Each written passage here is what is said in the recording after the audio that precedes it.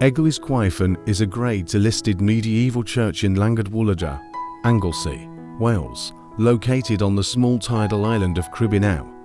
It is popularly known as the Little Church in the Sea, or Eglwys Cwyfan in Welsh. The church dates from the 12th century, with some renovations made in the 19th century.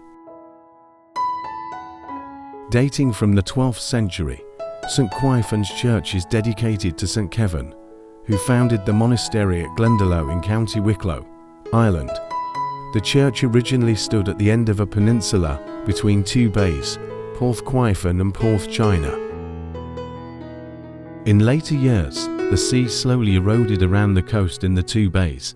Therefore, the peninsula was cut off, turning Cribinau into a small tidal island. As a consequence, a causeway was built to the island to allow the local population to get to the church.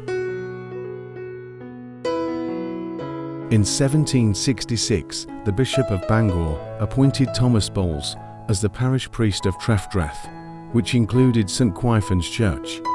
Bowles spoke no Welsh, and only 5 of the 500 churchgoers understood English.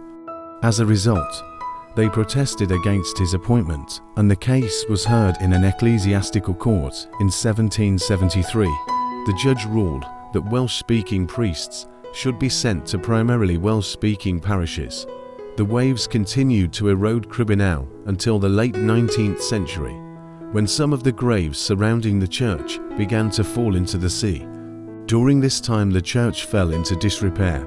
The walls became disused and roofless, and the church was consequently replaced by a new building further inland in Llangwyfan. However, in 1893, a local architect, Harold Hughes, raised money to save the church by constructing a seawall around the Cribinau, and for the restoration of the building,